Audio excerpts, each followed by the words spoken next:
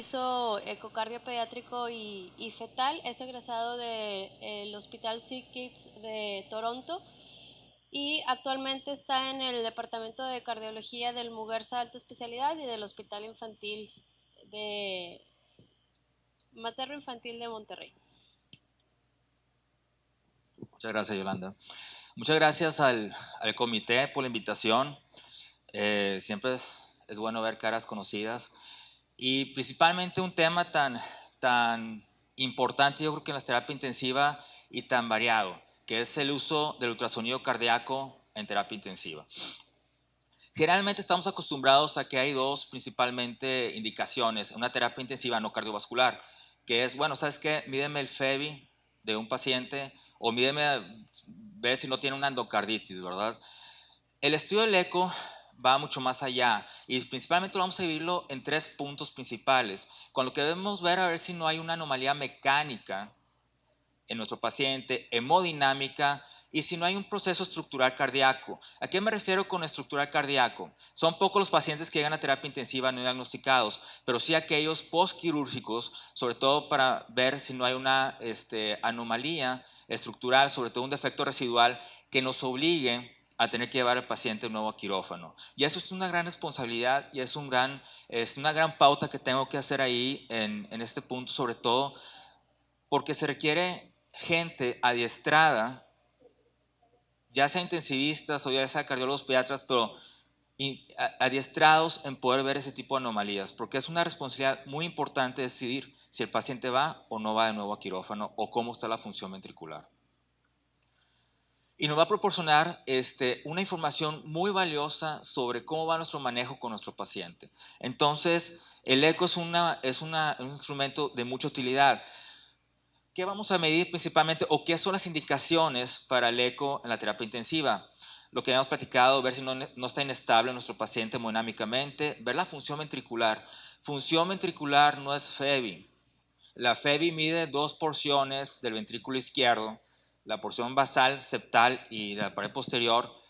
A veces es mejor verla cualitativamente que cuantificar una fracción de eyección.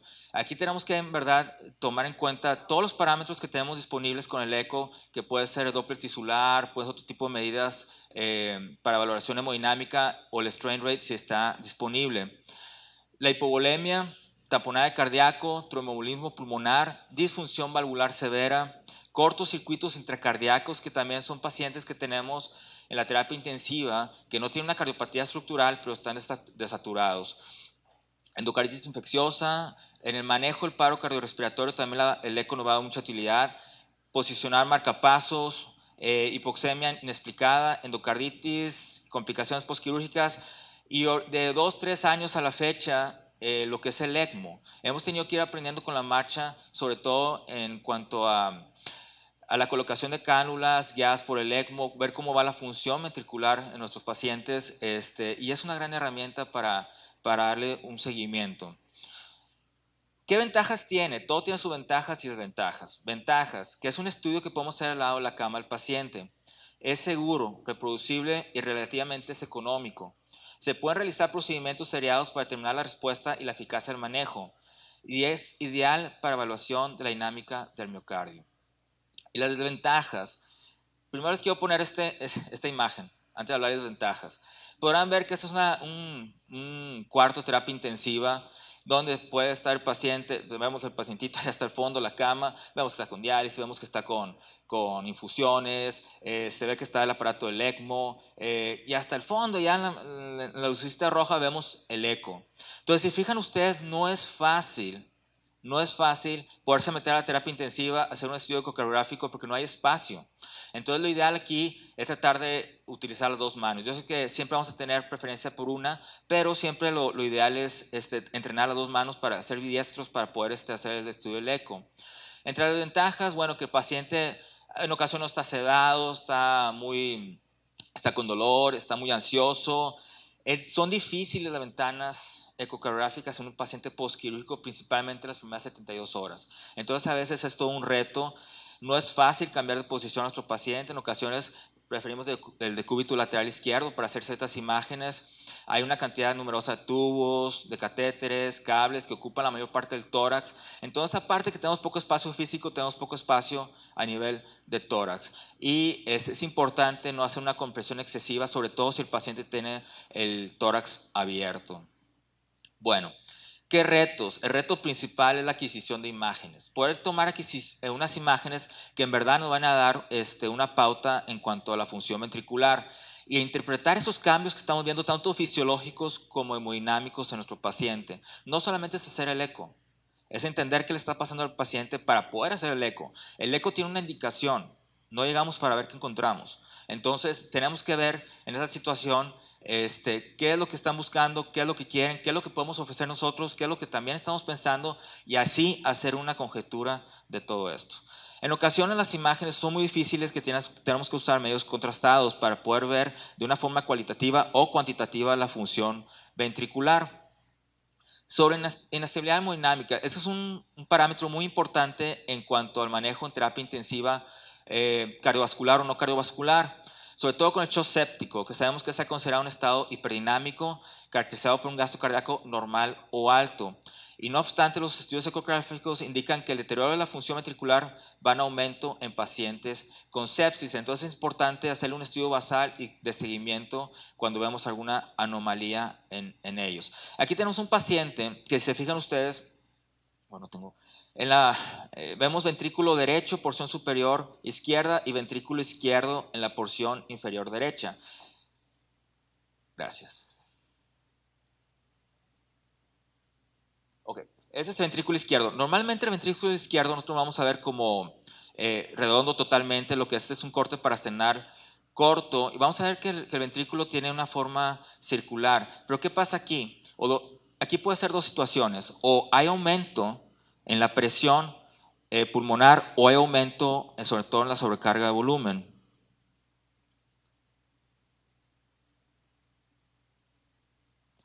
Entonces, es muy importante para nosotros también ver, sobre todo la cuestión de la hipertensión pulmonar. Podemos dar un seguimiento a nuestro paciente con hipertensión pulmonar con el estudio ecocardiogáfico. Es una ventaja, mas sin embargo, la presión pulmonar como tal, exacta, debe ser mediante un catéter que ya los intensivistas están más en el manejo de esto, pero el eco nos da una buena pauta de cómo va nuestro paciente.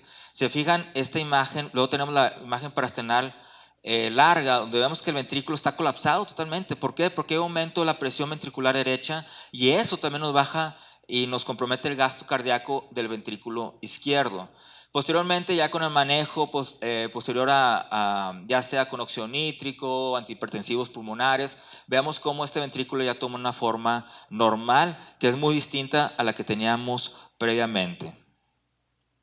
Bueno, vamos a hablar sobre choque hipovolémico, que es también un manejo muy importante en la terapia intensiva, sobre todo en pacientes que llegan a terapia posterior de urgencias. Aquí vemos el ventrículo izquierdo, ¿se acuerdan cómo tendría que ser una imagen circular? Mas sin embargo, aquí vemos cómo está colapsado totalmente en sístole este ventrículo. Si tomamos nosotros las imágenes,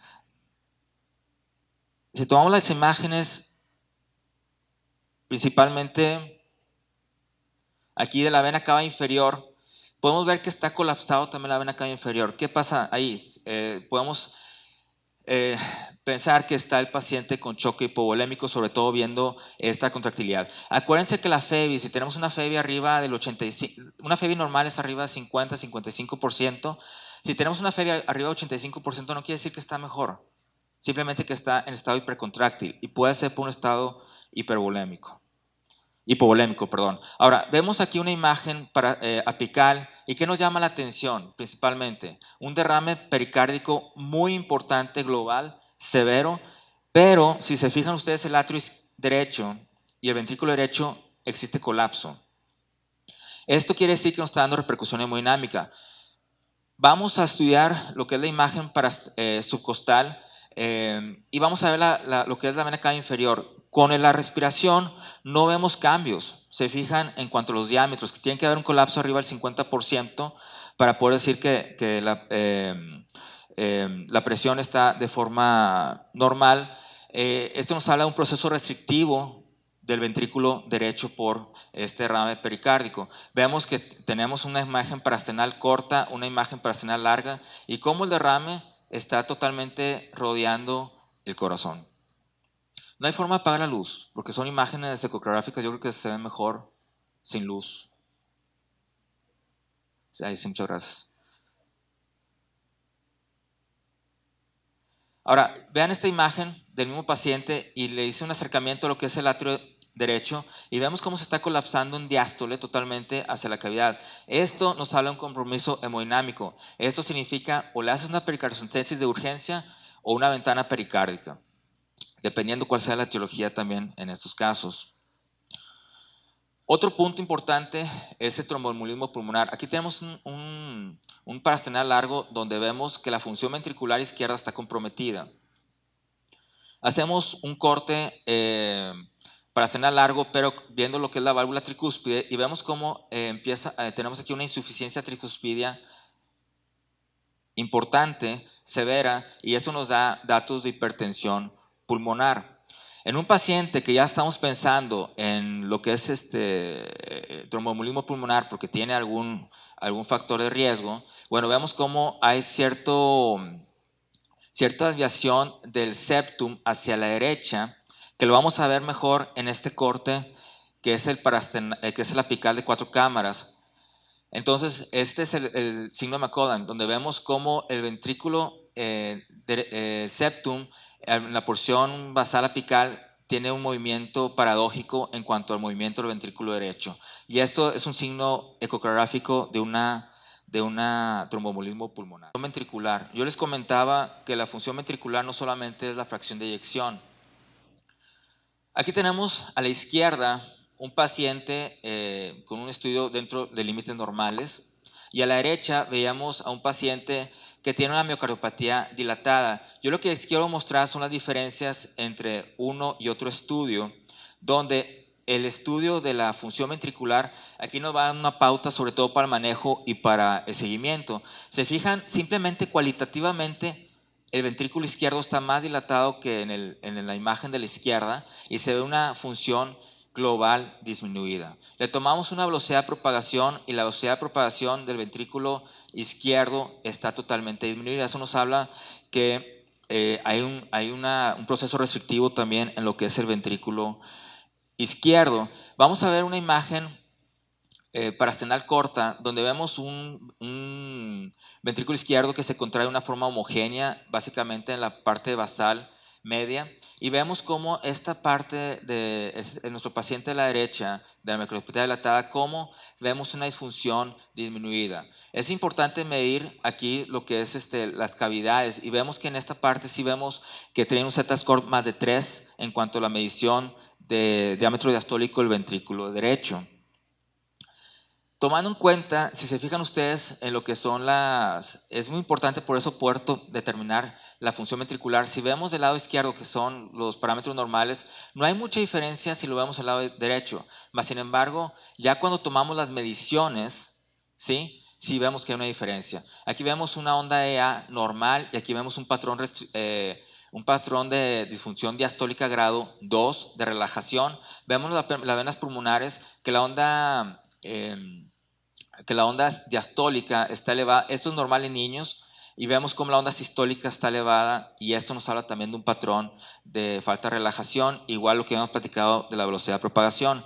Tomando ciertos parámetros que algunas ya las máquinas de software nuevo lo tiene ahí al lado de la cama, podemos hacer un Doppler tisular y aparentemente se ve de características normales, nada más que vean la velocidad. La velocidad tenemos de menos 20 en la onda E, y sobre todo la sistólica que tenemos de 10 en el paciente de la izquierda, que es un corazón normal, y como vemos que la sistólica está en 3 en el paciente que tiene una miocardiopatía dilatada. Es importante poder dar estos parámetros y entender lo que es la fisiología de la función ventricular. Igual aquí tenemos el Doppler tisular a nivel septal y vemos cómo también está apretado los valores en cuanto a la función sistólica y diastólica. Ya haciendo un estudio ya procesado, ya puede hacer en la máquina, que es una ventaja que tiene lo que es el AFI, que ahí lo podemos hacer en ciertos softwares en la misma máquina. tenemos lo que es el AFI y lo que tenemos el strain. ¿Se fijan? Ese es un mapeo longitudinal que tenemos del ventrículo izquierdo y todas las fibras de todos los segmentos se contraen de una forma uniforme y con una velocidad normal que es menos 20. Rojo significa normal. Pero ya cuando estamos hablando de velocidades depletadas, podemos ver, o deformidades, perdón, depletadas, vemos como en la parte posterolateral vemos que está azul, que es la porción que casi no hay ninguna contractilidad, y vemos esa simetría en todas nuestras porciones. Eso nos habla que este paciente está teniendo una disfunción sistólica y diastólica global. Y aquí tenemos el mapeo, y este mapeo simplemente ahí al lado del paciente nos da mucha información de cómo está nuestro paciente. Y otra, podemos darle seguimiento cada 24, 48 horas y ver la evolución que va teniendo dependiendo cada segmento que tenga. Bueno, entre las causas más comunes de taponamiento pericárdico es la perforación miocárdica, secundaria intervenciones por catéter, hematoma compresivo tras cirugía cardíaca, traumatismo penetrante o contuso y afectación pericárdica por enfermedad metastásica u otros procesos sistémicos, que es el ejemplo del paciente que les presenté con el derrame pericárdico global, que lo vimos de hecho el día de ayer ahí en el hospital. Entonces es muy importante, si le haces una pericardiocentesis sabes que va a volver ese líquido, entonces lo ideal en esos pacientes es hacerle una ventana pericárdica. Vamos a ver que lo que comentábamos de colapso auricular, si se fijan también esta es una miocardiopatía global, es una miocardiopatía hipertrófica, pero que tiene sus datos de disfunción y está haciendo un derrame pericárdico. Entonces, aún así, con pacientes con miocardiopatía hipertrófica podemos ver este tipo de derrames y es importante también en ellos hacer un manejo adecuado. Muy bien, ahora, aquí tenemos cortocircuitos cardíacos, lo que les platicaba. Se fijan, en el paciente a la izquierda hacemos un estudio de contraste con burbujas que es muy sencillo con solución glucosada y vamos a ver que no hay un cortocircuito y eso lo hacemos ahí al lado del paciente. No necesitamos más que una llave de 3 vías. Y aquí en el paciente de la derecha vamos a ver cómo se inyectan las burbujas y vamos a ver cómo hay paso de ambos lados, es decir, hay un cortocircuito intracardíaco. Cuando el cortocircuito, las burbujas aparecen menos de 4 a 5 latidos, quiere decir que es intracardíaco. ¿Qué pasa si ese cortocircuito aparece después de 5 latidos en nuestro paciente, como en este caso?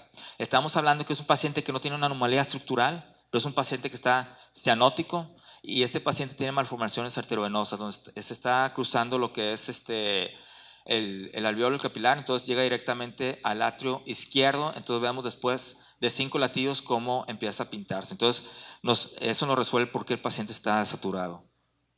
Y es un método muy, muy sencillo. Aquí tenemos un paciente operado Zenning, y vemos también cómo el parche tiene un cortocircuito, nos ayudan los pacientes postquirúrgicos cardiovasculares. Vamos a ver pacientes con disfunción valvular, sobre todo en pacientes que se les puso una prótesis o en pacientes que se hizo una plastía de la válvula. Vamos a ver pacientes, distinguir lo que es una endocarditis de un trombo. Entonces vamos a ver, alguien decía que la Mac no fallaba, ¿verdad? Yo creo que no es el caso el día de hoy. Bueno, está bien, no pasa nada. Entonces tenemos aquí, distinguir sobre una endocarditis un trombo. Vemos un trombo en el atrio derecho y vemos una vegetación en la valva anterior de la mitral. Les quiero presentar otros ejemplos más representativos. Este es un trombo en el atrio derecho, otro paciente. Aquí se ve, es un paciente que tuvo un catéter, un recién nacido en terapia intensiva neonatal, donde empezó a hacer microémbolos a extremidades y encontramos que tenía ese trombo que estaba, se estaban desprendiendo émbolos. Aquí tenemos una vegetación en la válvula tricúspide. Esta vegetación mide más de 10 milímetros. Vemos una insuficiencia tricuspidea importante y en este paciente es indicativo primero dar manejo para desactivar la infección en la vegetación y posteriormente ya hacer una resección de la misma. También a veces tenemos neonatos con difusión ventricular y simplemente pueden ser radiomiomas múltiples, ¿verdad? Que nos están obstruyendo el tracto de salida del ventrículo izquierdo o el derecho, o están haciendo que esa contractilidad no sea la más homogénea o nos disminuye el llenado del ventricular derecho o izquierdo. Y este es un caso interesante de una paciente que llega con corea, ya le he presentado anteriormente, pero vemos cómo Es una paciente con una fiebre reumática. La vimos el año pasado. Años de no ver una fiebre reumática, y aquí esta paciente presentó con tanto estenosis, insuficiencia mitral y con corea. Es una asociación muy extraña. Pero también nos da, cuando tenemos un soplo de nuevo inicio, bueno, también pensarlo, ¿verdad? Cirugía cardiovascular, bueno, ya sabemos que esa es una indicación importante, sobre todo después de una cirugía, ver que no haya tamponade, difusión miocárdica, hipovolemia inducida por una hemorragia que pueda tener postquirúrgica, arritmias sostenidas o defectos anatómicos residuales, que yo creo que es la indicación principal en cualquier terapia cardiovascular. Ahora, ¿cuándo vamos a hacer el primer estudio ecocardiográfico?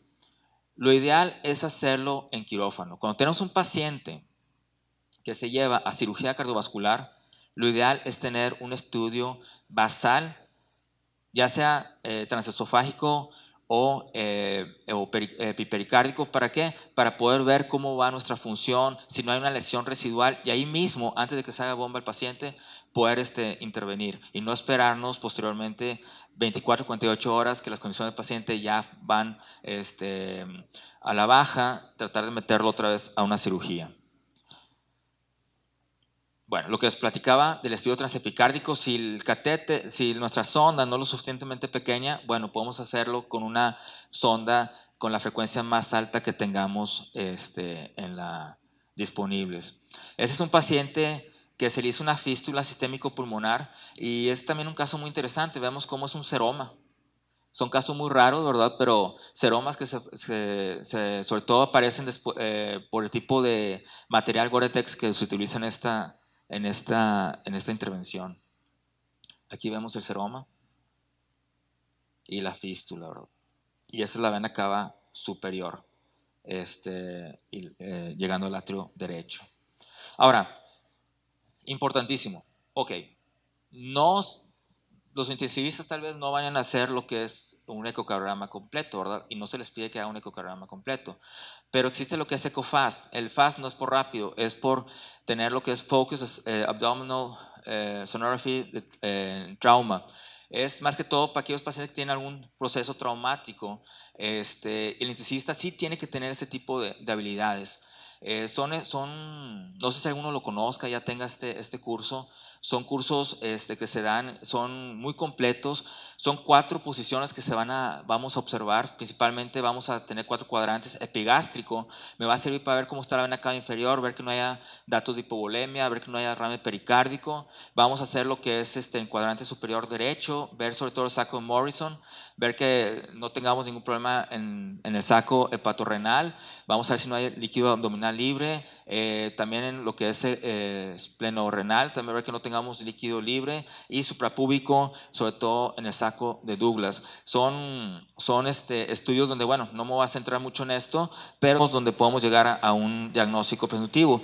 Este es un estudio en el borde, en cuadrante superior derecho, y vemos cómo hay líquido perihepático. Nos habla de que muy probablemente en lo que es la cápsula haya datos de traumatismo o de hemorragia, y aquí vemos un derrame pleural derecho también de forma importante. Entonces son estudios que nos sirven sobre todo de primera intención, y yo sé que tal vez lo va a utilizar más el urgenciólogo, pero básicamente en la mayoría de los hospitales es un manejo multidisciplinario entre el urgenciólogo y el intensivista, que es también nuestro primer contacto con los pacientes con politraumatismos. Ahora, ¿qué conclusiones? Bueno, que el impacto del eco en la conducta terapéutica, cambios de manejo en la UCIP, se ha mostrado que hay hasta un 73%, es decir, el eco nos va, en 3/4 partes de los pacientes va a hacer una diferencia en nuestro manejo y en la toma de decisiones que vamos a tomar nuestros pacientes. Y bueno, se ha sugerido que debería ser una extensión de la exploración clínica. Yo creo que es importante, más que tener un aparato de eco en un laboratorio de eco. Yo creo que toda terapia intensiva debe tener un aparato portátil o un aparato de eco en su terapia intensiva. Porque en ocasiones tenemos que, como un taponamiento de forma urgente, hacer una apical de 4 cámaras o un subcostal y ver que no haya datos de tamponada. Perfecto. ¿Alguna pregunta, alguna duda que tengan? Sí. Sí.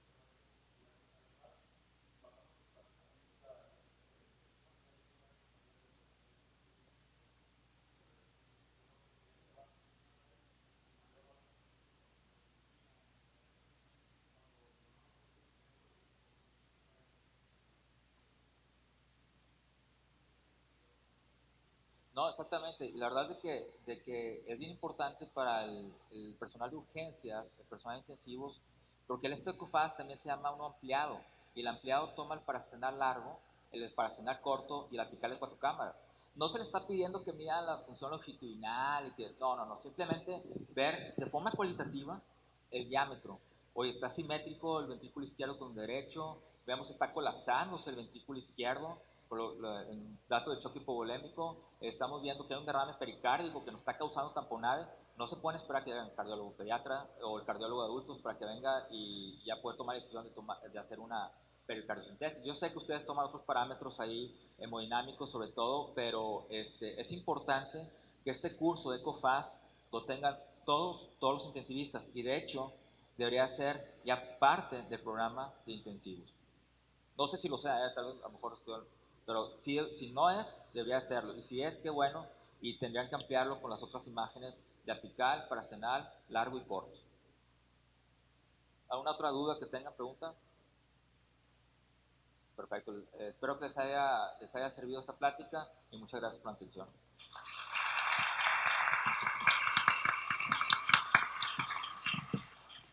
Bueno, muchas gracias, Jaime, por tu plática, y te hago entrega de tu reconocimiento.